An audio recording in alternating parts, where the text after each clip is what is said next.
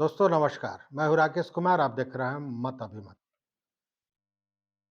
जैसे ही कल नियोजित शिक्षकों के लिए जो लगभग 4 लाख हैं, उनको राज्यकर्मी का दर्जा देने के लिए जो नियमावली बनी थी, उसको कैबिनेट ने मंजूरी दी। एक खुशी का माहौल निश्चित रूप से छा गया। लेकिन नियमावली के आते ही वह खुशी आक्रोश में तब्दील होता नजर आया। कल से आज तक कई शिक्षक नेताओं का बयान आ चुका है, जिन्होंने इसका विरोध किया है। मतलब जो 20 वर्षों से संघर्ष चल रहा था और लगा कि कल मंजूरी के बाद उस पे अंकुश लग जाएगा, वो थम जाएगा, तो वो थमने का नाम ले नहीं रहा है। और उसका कारण है कि नियमावली में बहुत सी ऐसी चीजें हैं जो शिक्षकों को नागवार गुजर रही। मैंने कल भी कहा था, जो वीडियो बनाया था हमने कल, उसमें कहा था कि देखिए, सरकार ने मजबूरी में इसे मंजूरी दी है, क्योंकि समय, परिस्थिति और काल चीज़ों को निर्धारित करने में कहीं न कहीं बहुत बड़ी भूमिका निभाती है। लोकसभा का चुनाव है, दूसरी ओर शिक्षकों का जो आक्रोश है वो बढ़ता जा रहा था। दूसरी ओर बीपीएससी शिक्षक का स्थानांतरण का मामला, उनकी पोस्टिंग का मामला, उधर विद्यालय, महाविद्यालय संघ, विश्वविद्यालय संघ की बैठक, जिसमें उन लोगों ने बाज़ाब्ता आंदोलन का बिगुल फूँक दिया, तिथि निर्धारित कर दिया। इन सारी परिस्थितियों को देखते हुए सरकार ने इसे मंजूरी दी। लेकिन सरकार ने जो मंजूरी दी, उसमें उन बातों को पूरी तरह छोड़ दिया गया, उधर ध्यान भी नहीं दिया गया, जिसकी मांग लगातार नियोजित शिक्षक कर रहे थे। जब यह नियमावली बन रहा था, तो उस समय बाज़ाब्ते शिक्षकों से सलाह मांगी गई थी, मशविरा मांगा गया था। और आप जानते हैं कि हजारों की संख्या में लोगों ने अपना मशविरा दिया था, अपनी मांगे रखी थी। उसमें 2-3 प्रमुख मांगे थी, जिसकी चर्चा आज हम इस वीडियो में करेंगे। सबसे पहला मांग ये था कि उनको नियोजित शिक्षक के नियमावली में जो विशिष्ट शिक्षक का नाम दिया गया था, उन्होंने कहा था कि इस विशिष्ट शिक्षक के नाम को हटा दिया जाए और इसकी जगह सहायक शिक्षक उनको नाम दिया जाए। लेकिन ऐसा नहीं हुआ। विशिष्ट शिक्षक ही नामकरण हुआ। जब वो राज्यकर्मी होंगे तो विशिष्ट शिक्षक कहाएंगे। आखिर विशिष्ट शिक्षक नाम हटाने के पीछे क्या तर्क था, उसको भी समझिए। देखिए, शिक्षा अधिकार कानून में स्पष्ट दिया गया है कि विशेष अवस्था वाले छात्रों को पढ़ाने वाले शिक्षक विशिष्ट शिक्षक कहाएंगे। जबकि ये जब शिक्षक नियुक्त होंगे, राज्यकर्मी बन के विशिष्ट शिक्षक बनेंगे और जहां उनकी प्रतिनियुक्ति होगी, उनकी नियुक्ति होगी, पोस्टिंग होगी, तो वहां ऐसा नहीं है कि विशेष आवश्यकता वाले ही छात्रों को वो पढ़ाएंगे, वो सामान्य छात्रों को पढ़ाएंगे। जिस तरह बीपीएससी के शिक्षक पढ़ाते हैं, पुराने शिक्षक पढ़ाते हैं, उसी तरह पढ़ाएंगे, सबको पढ़ाएंगे। तो अगर उनकी मांग ये थी कि विशिष्ट शिक्षक का नाम हटा दिया जाए, तो गलत क्या था? इसमें कोई गलती नहीं थी। लेकिन शायद यह शिक्षा विभाग, बिहार सरकार, या हम यूँ कहें कि अपर मुख्य सचिव के पाठक साहब का जिद था कि जो सोच लिया वो करेंगे, चाहे जो हो जाए। और वही कारण है कि सबसे पहली मांग को लेकर ही एक तो यहाँ आक्रोश था और दूसरी सबसे बड़ी मांग जो नियोजित शिक्षकों की थी, वो स्वैच्छिक स्थानांतरण की थी। क्योंकि नियोजित शिक्षक ऑलरेडी कहीं न कहीं काम कर रहे हैं। अब इसके लिए उनसे कहा गया कि आप 3 जिलों का नाम देंगे। वैसे 3 जिले जहाँ स्थानांतरित होकर जाना चाहते हैं। अब ये 3 जिलों का नाम आपने दे दिया, लेकिन इन 3 जिलों में आपको कौन-सा जिला मिलेगा या नहीं मिलेगा, यह सब डिपेंड करेगा आपके मेधा पर। मतलब जो आप सक्षमता परीक्षा देंगे, उसमें जो आपकी मेधा सूची में आप जिस रैंक पर होंगे, उस हिसाब से मिलेगा। अगर आप बहुत अच्छे रैंक में आ जाते हैं, तो आपने 3 जिले जो दिए हैं, उनमें से किसी एक जिले में आपको स्थानांतरण किया जा सकेगा। लेकिन अगर मेधा सूची में आप नीचे हैं और वो 3 जिले जिसका नाम आपने पहले से दिया है, वहाँ पे जो संख्या है नियुक्ति का के लिए रिक्त पद है वो अगर पूरा हो जाता है, तब आपको जाना होगा रैंडमली कंप्यूटर जहां आपको भेज दे वहीं। मतलब वो स्थिति परिस्थिति वही होगी जो अभी बीपीएससी के जो शिक्षक हैं उनकी हुई है, जिसको लेकर त्राहिमाम चल रहा है। लोग परेशान हैं, किसी का 600 किलोमीटर, किसी का 500 किलोमीटर स्थानांतरण हो गया है। और ये एक बड़ा कारण है कि शिक्षक जो बने हैं बीपीएससी पास करके, वो लगातार इस्तीफा देकर जा रहे हैं। वैसी स्थिति में आपको भी जाना पड़ेगा उसी तरह। मतलब ये जो स्थानांतरण की मांग थी कि स्वैच्छिक स्थानांतरण मिले, कहने को तो 3 जिला मांग लिया गया कि स्वेच्छा से आपका स्थानांतरण होगा, लेकिन होगा वही कि अगर आप मेधा में बेहतर हैं तो ठीक है, अन्यथा आप भी फेंके जाएंगे कहीं बाहर।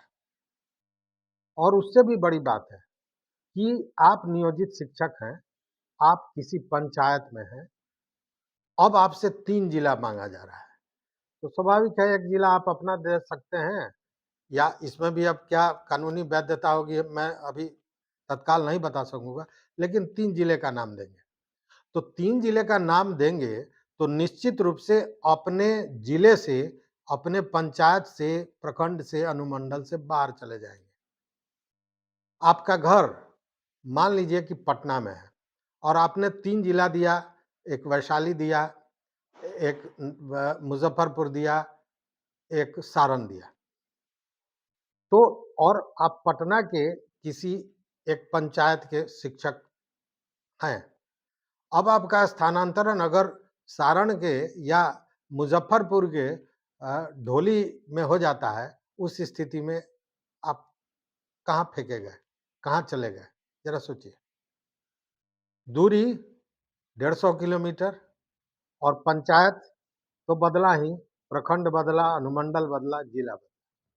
कहने को आपने जो शैक्षिक 3 जिले दिए हैं, उसी में से आपका होता है। तो कहने का मतलब यह है कि अगर यही करना था, स्थानांतरण ही करना था, तो इसमें यह होना चाहिए था पंचायत शिक्षकों के लिए कि आप अपने प्रखंड के किसी दूसरे पंचायत का नाम दें।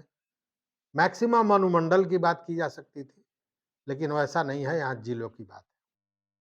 और इससे सबसे ज़्यादा घाटा या सबसे ज़्यादा दहशत, भय किसी में व्याप्त हो गया है, तो वो है महिला शिक्षिकाएँ। आपको याद होगा जब नियोजित शिक्षक थी तो ऐसे सैकड़ों महिलाएं हैं जो उस समय अविवाहित थीं या अपने नैहर में थीं, वहीं वो नियोजित शिक्षक बनी, उसी पंचायत में या प्रखंड में वो काम कर रही हैं। उनका था कि जब स्वैच्छिक स्थानांतरण होगा तो अब वो शादीशुदा हैं, तो जिस जिले में या जिस जगह उनकी शादी हुई है उधर चले जाएं कि उनका घर भी चले, काम भी चले और बच्चों को पढ़ा भी सके। लेकिन अब शायद वो संभव नहीं दिख रहा है। एक तीसरी मांग जो महत्वपूर्ण मांग थी शिक्षकों की, और जिस पर उन लोगों ने बाज़ाब्ता अपनी मांग को रखा था जब उनसे राय मशविरा मांगा गया था नियमावली बनाते समय, और वो ये था कि 3 बार परीक्षा देने की एक तो बाध्यता। पहले तो ये था कि परीक्षा ली ना जाए, फिर बाद में जब नीतीश जी ने 2 बार मंचों से ये कहा कि एक छोटा-सा, एक साधारण-सा परीक्षा लेंगे, शिक्षकों ने मान लिया। और तब शिक्षकों का मनोबल बहुत बढ़ गया जब बीपीएससी में बड़ी संख्या में नियोजित शिक्षकों ने सफलता हासिल की। तो हुआ कि ठीक है, आप परीक्षा लीजिए, 3 बार परीक्षा आप देंगे, जब आप पास करेंगे तो उसके आधार पर पास करने के बाद आपको विशिष्ट शिक्षक की उपाधि मिलेगी, मतलब आप राज्यकर्मी माने जाएंगे। अब अगर 3 बार आप फेल कर जाते हैं, तीनों बार में आप पास नहीं करते हैं, या फिर यूं कहें कि आप परीक्षा नहीं देना चाहते हैं, तो उसमें यह मांग थी कि अगर वैसा कोई जो परीक्षा न देना चाहे या फेल हो जाता है तो उसको नियोजित शिक्षक से हटाया न जाए, उनकी सेवा समाप्त न की जाए। लेकिन जो नियमावली आया, इसमें इन सारे चीजों को भ्रम में रखा गया है, इस पे एक आवरण ढक दिया गया है और सारे अधिकार को शिक्षा विभाग कहें या बिहार सरकार कहें, उन्होंने अपने हाथ में ले लिया है। क्या कहा है? अगर वैसे कोई जो 3 बार फेल हो जाते हैं या किसी कारण से या स्वेच्छा से परीक्षा देते ही नहीं है, उस स्थिति में उनके साथ क्या किया जाएगा, यह सरकार निर्णय करेगी। इसके लिए एक कमिटी बनेगी और कमिटी तय करेगी कि वैसे शिक्षकों के साथ कौन-सी कार्रवाई की जाए या क्या किया जाए। तो ये टोटल भेग है। तो यह भी माँग नहीं मानी गई। उसके अलावा और भी बहुत सी चीज़ें हैं। वेतन का मामला है, सीनियरिटी का मामला है, इन सारे चीज़ों की भी समीक्षा करेंगे बाद में, क्योंकि अभी ये वीडियो बहुत लंबा हो जाएगा। तो कहने का मतलब यह है कि शिकायतें माँगी गई, सलाह माँगे गए, उन पर कोई तवज्जो नहीं किया गया, उस पर विचार नहीं किया गया और मन-मुताबिक जो एक तानाशाह वाला रवैया है, उसी रवैये के आधार पर नियमावली को मंजूरी दे दी गई। और यह तब आँख नहीं खुला, मुख्यमंत्री की बात है, मुख्यमंत्री के बारे में हो रहा है कि उन्होंने बाज़ाब्ता इसकी समीक्षा की है। अगर समीक्षा की है और मुख्यमंत्री को ऑलरेडी के पाठक द्वारा किए जा रहे आदेशों और फरमानों की जानकारी है, जिसको लेकर शिक्षक संघ से लेकर नेता तक अपना विरोध जता चुके हैं। तो क्या उनको इन चीज़ों पर नहीं ध्यान देना चाहिए कि यहाँ भी अगर वो वही काम कर रहे हैं, हठधर्मिता कर रहे हैं या जबरन आदेश दे रहे हैं, जबरन कार्रवाई कर रहे हैं, तो ये उचित है क्या? लेकिन इनके सलाह को नहीं माना गया। सरकार अपनी जिद जो चाहती थी वही की और इसका असर क्या हुआ कि जो आंदोलन, जो चीज़ें, जो विरोध, सरकार का विरोध समाप्त हो जाना चाहिए था इसके बाद, वह समाप्त होने का नाम नहीं ले रहा है। यह विरोध और भी चलेगा। कई शिक्षक नेताओं ने इसका ऐलान भी कर दिया है।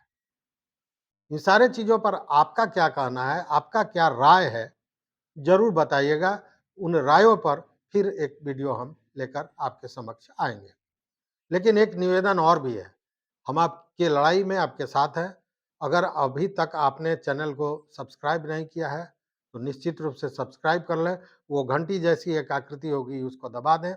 अपने दोस्तों के साथ शेयर करें, लाइक करें और सबसे महत्वपूर्ण कि इन सारे विषयों पर आपका क्या मत है, आपका क्या विचार है, आपकी क्या राय है, हमारे कमेंट बॉक्स में ज़रूर आकर बतावें। देखते रहें मत अभिमत। बहुत-बहुत धन्यवाद। बहुत-बहुत धन्यवाद।